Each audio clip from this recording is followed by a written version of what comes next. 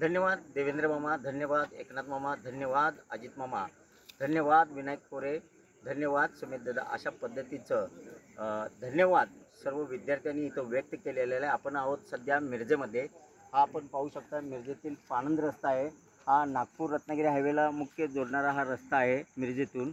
आणि ग्रामीण भागातून ये जा करण्यासाठी हा जो रस्ता होता, ओढ्यावरील हा जो पूल होता, हा पावसामध्ये वाहून गेल्यानंतर मुलांना, त्या ग्रामीण भागातील मुलांना मिरज शहरामध्ये ये जा करण्यासाठी जो ओढा होता, जो रस्ता होता, तो वाहून गेल्यामुळं ये जा करण्याचं बंद झालं होतं. परिणामी शैक्षणिक नुकसान होत होतं. या सगळ्या गोष्टीचा अंदाज आल्यानंतर इथले शैक्षणिक प्रश्न निर्माण झाल्यानंतर जनस्वराज्य पक्षाचे प्रदेशाध्यक्ष समीरदादा कदम यांनी या ओढ्यासंदर्भात देवेंद्र फडणवीस यांच्याकडून 2 कोटीचा निधी मंजूर केलेला आहे. आपल्यासोबत आहेत ते. दादा मला सांगा, काय भावना आहेत तुमच्या? आज सर्व विद्यार्थ्यांनी, सर्व मंत्रीगण नेत्यांचे, मुख्यमंत्र्यांचे, दोन्ही उपमुख्यमंत्र्यांचे आभार मानले. काय भावना? मागच्या पावसाळ्यामध्ये अतिशय प्रचंड अशी जी त्या ठिकाणी आपलं पाऊस झाला आणि त्यामध्ये हा रुईकर पानंदीतला जो रस्ता पहिल्यांदाच खराब होता तो पूर्ण वाहून गेला. त्या ठिकाणी छोटे आपण बघू शकता, ह्या पाईप्स घालून तो एक छोटा पूल केला. तर अतिशय पावसामध्ये ह्या चिमुकल्यांना जीव मुठीत घेऊन जायला लागायचं त्या ठिकाणी. आणि ज्यावेळेला हा पूर्णच वाहून गेला आणि विद्यार्थी सकाळी ह्या ठिकाणी शाळेला जायच्या वेळेला त्यांना माहीत नाही हा रात्री कधी वाहून गेला. आणि सकाळी ज्या वेळेला त्यांना लक्षात आलं त्यावेळेला प्रचंड ही मुलं व्याकुळ होती की आपण कसं. आणि तो ह्या लोकलच्या वर्तमानपत्रांमध्ये आणि आपल्या ह्या न्यूज चॅनल्सना त्या ठिकाणी दाखवण्यात आलं की ह्या विद्यार्थ्यांना त्या ठिकाणी व्याकुळपणे उभारलेले आहेत, आपले शाळेचे युनिफॉर्म आणि दप्तरं पाठीवर घेऊन, आणि ते ह्या रस्ता पलीकडं आपण ओलांडू शकत नाही, याचं दुःख त्यांच्यामध्ये होतं. त्यामुळं हे तात्काळ माहिती मिळताच या ठिकाणचे ज्येष्ठ नेते आदरणीय महादेवअण्णा पुरणे आणि डॉक्टर पंकज म्हेत्रे यांनी याबाबतची माहिती दिली. आम्ही येऊन सगळ्यांनी पाहणी केली त्या ठिकाणी की कशा पद्धतीने ते नुकसान झालं. तर लगेच हाच विषय त्याच दरम्यान राज्याचे उपमुख्यमंत्री तत्कालीन देवेंद्रजी फडणवीस साहेब कोल्हापूरच्या दौऱ्यावर होते. तर त्यांना त्या ठिकाणी हे वर्तमानपत्रातले कटिंग आणि ह्या फुटेज दाखवलं. त्यांनी तात्काळ तिथनं आदेश दिला की हा पुलाचं काम कुठल्याही परिस्थितीत रुईकर पानंदीतल्या अतिशय चांगल्या पद्धतीनं झालं पाहिजे, ज्याच्या अर्थे ह्या सगळ्या चिमुकल्यांना आणि रुग्णांना आणि आमच्या माता भगिनींना कुठलीही अडचणी येऊ नये अशा पद्धतीची व्यवस्था तात्काळ करा, असा आदेश त्यांनी त्या ठिकाणी कोल्हापुरातूनच धाडला. आणि लगेचच 2 कोटी रुपयेच्या पुलाच्या मंजुरीचं त्या ठिकाणी आलं.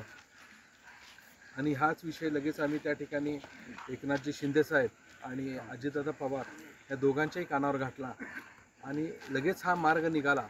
त्याच वेळेला राज्यातले आमदार माजी मंत्री विनय कोरे साहेब होते. या सर्व संवेदनशील नेत्यांनी बसून त्या ठिकाणी हा निर्णय घेतला आणि तात्काळ त्याला मंजुरी मिळाली. आणि परवा फडणवीस साहेबांच्या कानावर घातलं, म्हटलं साहेब आपण ते मंजूर केलेलं काम आता मार्गी लागलंय आणि त्या विद्यार्थ्यांच्या ह्याच्यासाठी. तर त्यांनी सांगितलं की तुम्ही भूमिपूजन करून काम चालू करा. उद्घाटनाला मी त्या माझ्या सगळ्या बालमित्रांना भेटायला निश्चित येणार आहे. आणि अशा पद्धतीनं ज्यावेळेला ह्या मुलांना आम्ही सांगितलं की ह्या सगळ्या की हा तुमचा आता रस्ता मंजूर झाला आहे आणि परत तुम्हाला कधी शाळा हे होणार नाही आहे, त्यांनी आपल्या आपल्या घरात सांगितलं. तर निश्चितरित्या त्यांच्या मायमाऊलींनी सांगितलं की तुमचे तिन्ही मामा त्या ठिकाणी मंत्रालयात बसून तुमची कुठलीही अडचण येणार नाहीत एवढी निश्चित काळजी घेत आहेत. आणि तुम्ही तात्काळ ह्या सगळ्याचा, ह्या मुलांनी स्वयंस्फूर्तीनं सांगितलं आपल्या मातामाऊलींना की आम्हाला ह्या सर्वच असणाऱ्या आमच्या मंत्रालयातील मामांचे आभार मानायचे आहेत. म्हणून आज त्या ठिकाणी उद्घाटन आमच्या ह्या भूमिपूजनाचं औचित्य साधून आज ह्या चिमुकल्यांना त्या ठिकाणी आपल्या देवेंद्र मामा, एकनाथ मामा आणि अजित मामांचे आभार मानायची संधी दिली गेली. तर मी मनापासून आभारी आहे या सर्वच आमच्या नेत्यांचे की त्यांनी हा संवेदनशीलपणा दाखवला. आणि हे चिमुकल्यांच्या चेहऱ्यावरचा जो आनंद आपण बघू शकतोय हा फक्त त्यांच्या सगळ्यांमुळेच अशक्य आहे की कशा पद्धतीनं त्यांनी आपले छोटे छोटे बॅनर केलेले आहेत त्यांच्या स्वतःच्या बुद्धीनं कसं केलं जाईल हे. तर मी मनापासून पुन्हा एकदा सगळ्यांचे आभार मानतो. आणि आपण सर्वजण हा जो मीडिया आहे खऱ्या अर्थानं त्यांनी हा सगळा प्रश्नाला वाचा फोडली. त्या ठिकाणी TV9ला, ABPला त्यानंतर आपल्या IBNला, सामला, सगळ्याच ठिकाणी त्या बातम्या त्यावेळेला दाखवल्या गेल्या आणि राज्यभर हे लक्षात आलं की कशा पद्धतीचं त्या मिरज येथील ह्या नागरिकांच्या त्रस्त आहेत.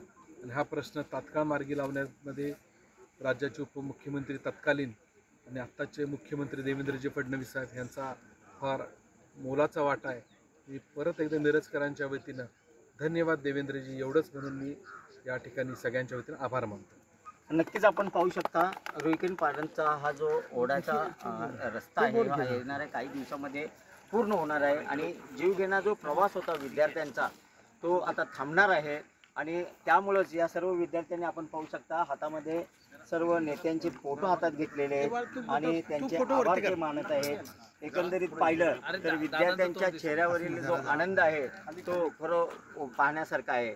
कॅमेरामॅन सुजित सोबत मी शंकर देवकुळे, TV9 मराठी, सांगली.